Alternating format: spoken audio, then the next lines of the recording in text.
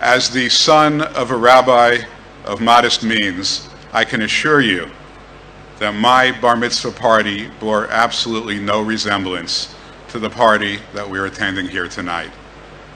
But the spirit of both parties is exactly the same. It is the spirit of patriotic Americans committed to increasing the ties and enhancing the relationship between the United States and the State of Israel. That's what my family stood for 45 years ago, and that's still who we are today. It was just 2 months ago that I had the honor and privilege to be the master of ceremonies at the very first party ever hosted by the White House to commemorate Israel's Independence Day. From the famous Indian Treaty Room in the White House, I had the privilege to proclaim Yom Ha'atzmaut Sameach L'Medinat Yisrael, Happy Independence Day to the State of Israel. Today, it is my great pleasure to return the favor from 6,000 miles away, and so let me proclaim Yom Ha'atzmaut Sameach L'Artzot Habrit. Happy Independence Day to the United States. At the Israel Independence Day event in Washington, I offered the words of King David of Psalm 118. Zehayom asa Hashem nagila v'nismecha bo. This is a day that the Lord has made, let us rejoice in it. The same words apply to our beloved United States as well. America is simply the most successful social experiment in world history. The great Latin phrase, e pluribus unum, from many come one, perfectly describes the unique ability of the United States, unparalleled in any other civilization, to combine peoples from all cultures, races, and religions into a society sharing a commitment to freedom, democracy, and equal opportunity. On this 241st anniversary of American independence, there is more work to do, but so very much that we can be proud of. Here in Israel, we find ourselves at the source of many of the Judeo-Christian values that spawned the great American enterprise. Since President Kennedy, almost every president has referred to the United States as a shining city on a hill. They were all hearkening back to the famous speech of the Pilgrim, John Winthrop, in the year 1630, while still aboard a ship waiting to make land in Massachusetts Bay.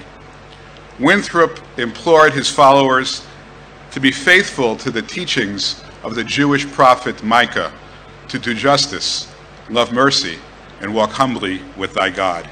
He added that if the new immigrants would act in accordance with God's will, they will, quote, find that the God of Israel is among us. And finally, he referred to New England as a, quote, city upon a hill with the eyes of all people upon us. That city upon a hill, so embedded in America's self-image for centuries, also refers to another city on a hill a little closer to us tonight, the city of Jerusalem. So much of us who are Americans derive who we are from the teachings of ancient Israel. And perhaps for that reason, it is no surprise that the United States and Israel have the most special of special relationships. We have, of course, common enemies that unite us. We have extraordinary military and intelligence cooperation that unites us. We have cultural exchanges, international trade, and even a cybersecurity group formed just this past week that unites us. But our collective core, what fundamentally unites us, is that we are the two shining cities on a hill, drawn together by a shared history, shared values, and I believe, a shared destiny of continued greatness.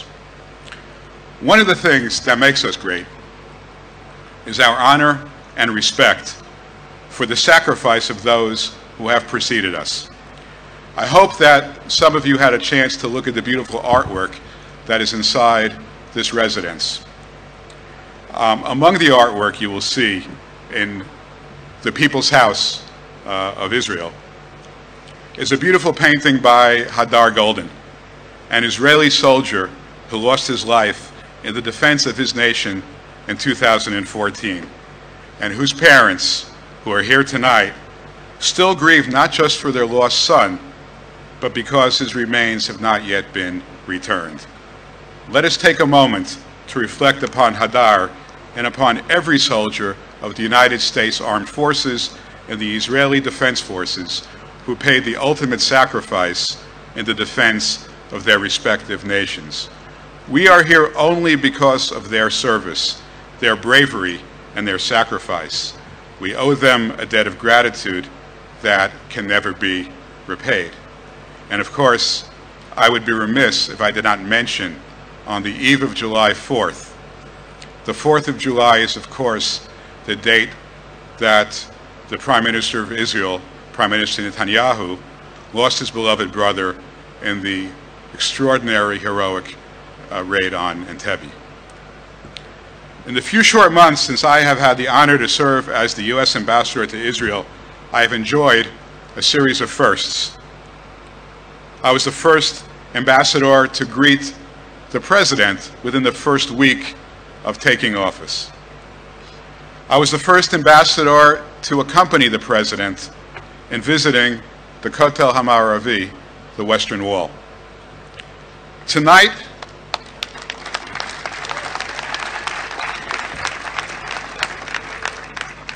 is yet another first. In just a moment, I will be the first ambassador to introduce the Prime Minister of Israel twice in one day. Just hours ago, I had the privilege to introduce the Prime Minister as he addressed thousands of U.S. sailors on board the aircraft carrier USS George H.W. Bush. At nearly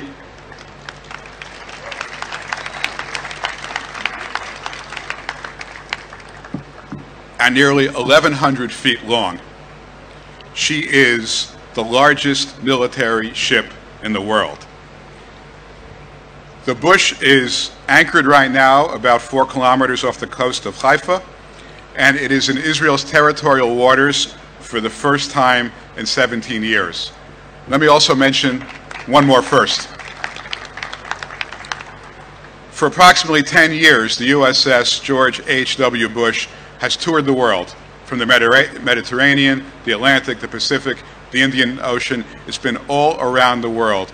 Today was the very first time that it ever welcomed a head of state to visit its premises. And of course, that head of state was the Prime Minister of Israel. As I toured the carrier, I marveled at its size, its majesty, its extraordinary capacity to deliver all by itself a magnitude of force unmatched by most countries, let alone by most vessels. But what I marveled at most was how every single man and woman aboard that ship was committed to the American value of peace.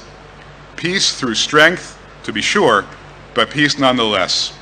And so every member of that ship and every member of the U.S. military hopes never to fire a shot. They hope that by their sheer demonstration of strength and courage to keep the world safe. Needless to say, I will never forget that visit, and I suspect neither will the Prime Minister. And as I thought this afternoon on the helicopter coming back to Sde Airport, I thought about the fundamental principle of peace through strength, which is such a core value of the Trump administration. And I thought about something my father used to say every Shabbat morning as he concluded his services.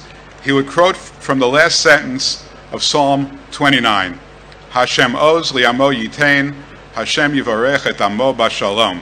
The Lord will give strength unto his people, the Lord will bless his nation with peace. And I thought as I was flying back, it's sort of an odd statement. If God is blessing his people with peace, why do they need strength? Isn't strength what you need when you don't have peace. And it occurred to me that King David, some 3,000 years ago, had recognized something very profound. While we can all want to be blessed with peace, we can only achieve this peace if we are strong.